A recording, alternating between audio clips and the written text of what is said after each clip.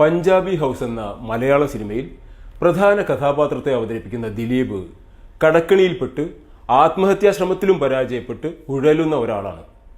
കാശ് കൊടുക്കാനുള്ള ആളുകൾ എതിരെ വരുമ്പോൾ ഒരു പാർട്ടി ജാഥയിൽ ഓടിക്കയറി മുദ്രാവാക്യം വിളിച്ച് വീട്ടിലേക്ക് രക്ഷപ്പെടുന്ന ഒരു സീനുണ്ട്. ഇത് വീടിനടുത്തുകൂടിയുള്ള അവസാനത്തെ ജാഥയാണ്. ഇത് പോയാൽ ഇന്നിനി മറ്റു ജാഥകളില്ല എന്ന് ജാഥയിലേക്ക് ഓടിക്കയറുന്നതിന് മുൻപ് അയാൾ പറയുന്നുണ്ട്. വളരെ രസകരവും അതേസമയം ചിന്തിപ്പിക്കുന്നതുമാണ് പഞ്ചാബി ഹൗസിലെ ഈ സീനും അതിലെ ഡയലോഗുകളും. രാജ്യത്ത് ഇപ്പോൾ നടന്നുകൊണ്ടിരിക്കുന്ന ഐതിഹാസികമായ കർഷക സമരവും രാജ്യത്തെ മുഖ്യധാര രാഷ്ട്രീയ പ്രസ്ഥാനങ്ങളുടെ ഉദാസീനത കലർന്ന പെരുമാറ്റവും കാണുമ്പോൾ പഞ്ചാബി ഹൗസിലെ ഈ സീൻ ഓർമ്മ വരും.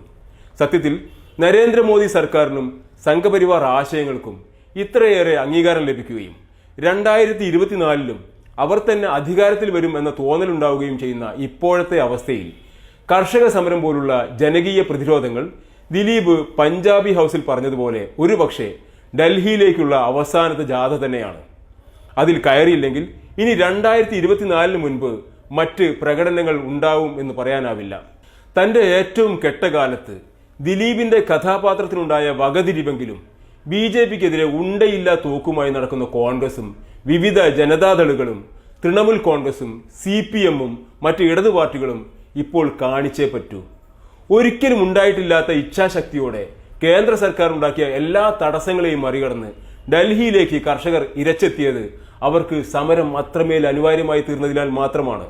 കമറുദ്ദീന്റെ അറസ്റ്റ് ആവശ്യപ്പെട്ട് DYFIക്കാരും ജലീലിന്റെ രാജി ആവശ്യപ്പെട്ട് യൂത്ത് കോൺഗ്രസും യൂത്ത് ലീഗും സെക്രട്ടേറിയറ്റിന് മുന്നിൽ TV-ക്കാർക്ക് വേണ്ടി നടത്തുന്ന വാർത്താ ഷോ അല്ല ഡൽഹിയിൽ നടക്കുന്നത്. അതിന്റെ രാഷ്ട്രീയ തീവ്രതയോടെ മനസ്സിലാക്കാൻ ഇന്ത്യയിലെ രാഷ്ട്രീയ പ്രസ്ഥാനങ്ങൾ ശ്രമിക്കുന്നില്ല എന്ന് തന്നെയാണ് അവരുടെ ഉദാസീനത നിറഞ്ഞ സമീപനം കാണിക്കുന്നത്. ഒറ്റപ്പെട്ട പ്രസ്താവനകളും ഐക്യദാർഢ്യവും തങ്ങളും അതോടൊപ്പമാണ് എന്ന സ്വയം സമാധാനത്തിന് മാത്രമേ ഉപകരിക്കൂ. രാജ്യത്തെ എല്ലാ മതനിരപേക്ഷ രാഷ്ട്രീയ പ്രസ്ഥാനങ്ങളും തിരിച്ചറിയേണ്ട കാര്യമാണിത്. 1992 മുതൽ വിജയിച്ചുകൊണ്ടേയിരിക്കുന്ന BJP സംഘപരിവാർ അജണ്ടകളാണ് അവരെ അധികാരത്തിന്റെ സിംഹാസനത്തിൽ ഇപ്പോൾ ഇരുത്തിയിരിക്കുന്നത്. അവർ അവരുടെ നോട്ട്ബുക്കിൽ എഴുതി വെച്ച അജണ്ടകൾ ഇന്ത്യയിലെ മുഖ്യധാര രാഷ്ട്രീയ പ്രസ്ഥാനങ്ങളെ കൊണ്ടും സാംസ്കാരിക പ്രവർത്തകരെ കൊണ്ടും എടുപ്പിക്കാൻ സാധിക്കുന്നതിലൂടെയാണ് അവർ വിജയം ആവർത്തിക്കുന്നത്. എതിർത്തിട്ടാവട്ടെ അനുകൂലിച്ചാവട്ടെ കഴിഞ്ഞ 3 പതിറ്റാണ്ടിലധികമായി അവർ മുന്നോട്ട് വെച്ചത് തന്നെയായിരുന്നു നാം പേർത്തും ചർച്ച ചെയ്തുകൊണ്ടിരുന്നത്.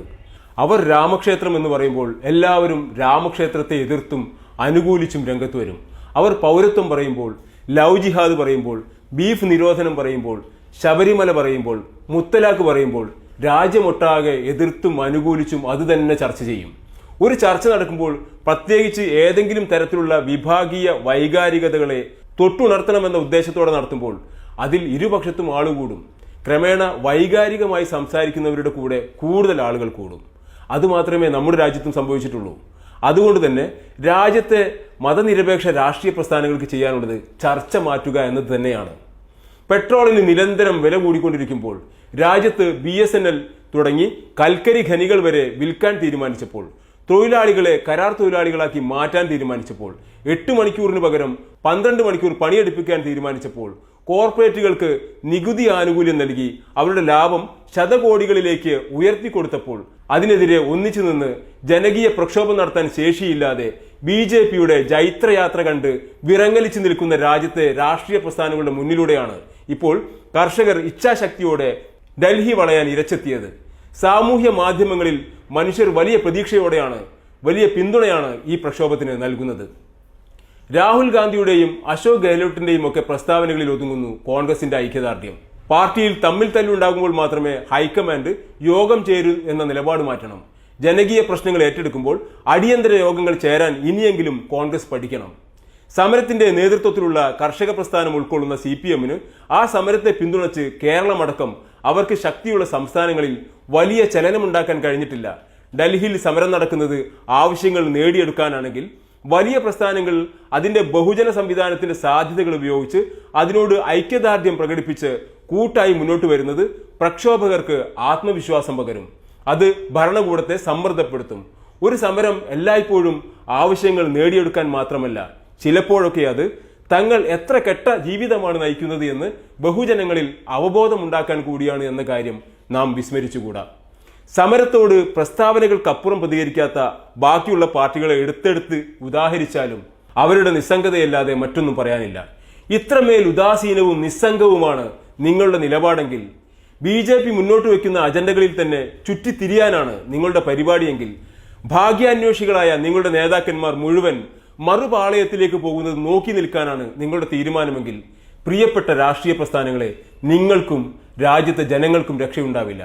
അതുകൊണ്ട് ദിലീപ് പഞ്ചാബി ഹൗസിൽ പറഞ്ഞതിന്റെ ചുവട് പിടിച്ച് ഞാൻ വീണ്ടും ആവർത്തിക്കുന്നു. ഡൽഹിയിൽ ഇപ്പോൾ നടന്നുകൊണ്ടിരിക്കുന്നത് അവസാനത്തെ ജാഥയാണ്. അതിൽ കയറിയില്ലെങ്കിൽ ഇനി 2024 മുൻപ് മറ്റ് പ്രകടനങ്ങൾ ഉണ്ടാകുമെന്ന് പറയാനാവില്ല.